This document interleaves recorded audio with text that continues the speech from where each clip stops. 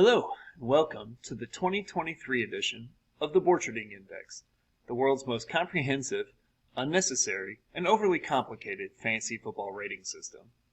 For those of you who are new to the index, I'm going to give you a little bit of an overview of how it works, give some brief examples, but mostly just kind of want to give a basic overview of what the index is, how it works, and what you can get from it. So I'm going to use my team mostly as an example, but I'm also going to use Kyle's team too, just kind of as some examples to look at so we can kind of see what's going on here with the index. So to start with, the index is a rating system I came up with. It's an attempt to rate teams regardless of year against one another, to compare what teams are good and what teams are bad, as well as to figure out trends in how teams are performing over the course of the season. So if you look at the index here, so first of all, you'll see from week to week, you can see the rating that each team has. Obviously, that changes as each week progresses. You'll also see, depending on which week is, what your current rating is. You can also see what your rating over the last 4 is. But I've organized those a little bit better up here, so you can see the current rating every team has, as well as see the current rating over the last 4. The current rating is over the course of the whole season. The last 4 is, as it sounds, the last 4 games that team has played, how they've done overall. The general focus on the system is 100 is the best you could possibly get, 0 is the lowest you could possibly get, 50 is right at average. So if you're wondering, like, quality of team, anything in the 50s is average. League average in so think a 500 team, so a team that finishes, 4 wins and 4 losses. League average for points scored per game is in the low 80s, so a team that scores in the low 80s. And over the last 3 years that I've been doing this seems to be pretty consistent. So 50 is an average team. So anything above that would be above average. The higher you get away from that, the better they are overall. And then anything below 50 obviously would be below average. So what's the rating made up of? So it's made up of 3 categories. So category 1 is wins. So obviously you are what your record says you are. Number 2 is what I call the domination factor, which is a measure of how dominant your team is on a week-to-week basis. And then 3, which is what I call strength of score. And strength of score is basically a measurement of how impressive is your win. So if you won, is it like, oh, you barely eked it out, or did you really stomp the snot out of them? Okay? So, on to the data I collect. So I record wins and losses. Wins is 1, losses are 0. I do that on a per game average, and that's for all these statistics. They're all on a per game average, so they don't accumulate larger and larger over time, but we can compare them on a week-to-week basis. I also do the last 4 of that as well. I also record the points that a team scores per game. You can see a category for the total number of points scored as well as the per game, and the volatility. Volatility is a measure I included last year that measures how consistent a team is. So it gives you an idea when you look at your team, is your team consistent in your scoring, or you tend to be very volatile? Teams average around 15. So 15 is a standard amount of volatility. Teams that are lower than that tend to score pretty consistently, and teams that are above that, obviously, are a lot more volatile in their scoring. I also record the points against, so this is literally just how many points are scored against you each week. I also do an average of that. This is a good time to talk about the color coding system. So I color code blue as good, red as poor, and the darker each color is, the more extreme it is. So dark blue is very, very good. Dark red is very, very bad, at least comparatively to the other numbers. It's a little weird on the points against one because I have good as lots of points scored against you. My thought is it's actually a benefit your team to have more points scored against you, assuming you're winning. If you're not winning, obviously it's a detriment. But I thought it's more impressive for teams who have more points scored against them, even if they're not getting wins, because it kind of gives you an idea of, are you being lucky or not? So teams that have more points scored against them tend to be less lucky in their wins, obviously more unlucky in their losses. But that's kind of the idea behind it. Okay, so domination factor. So domination factor is a measure of how many teams per week you would have beaten. So for our league, it's a 20-team league.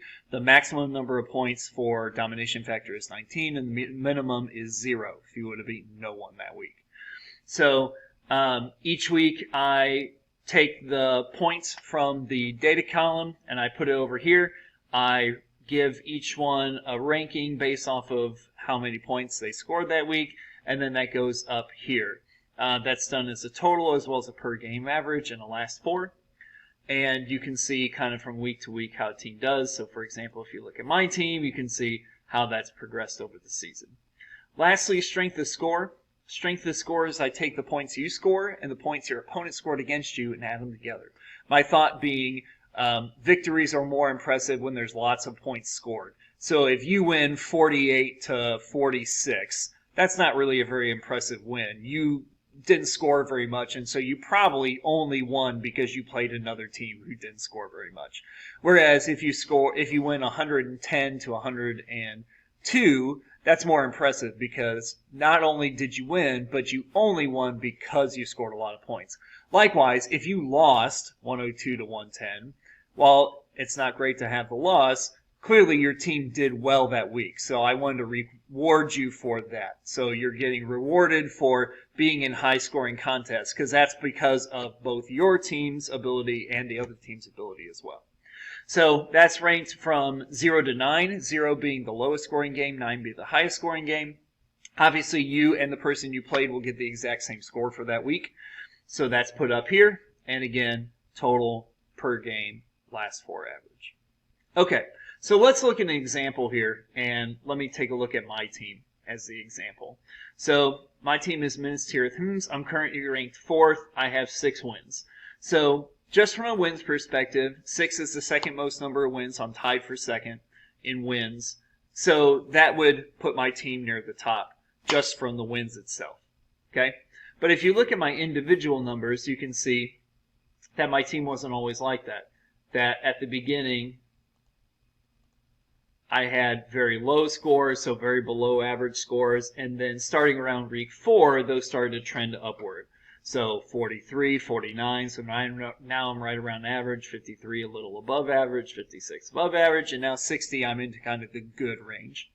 So why is my team trending up like that? Well, if I look at the last 4 ranking, you can see I'm 82.9. Well, that's very good to kind of great, awesome territory.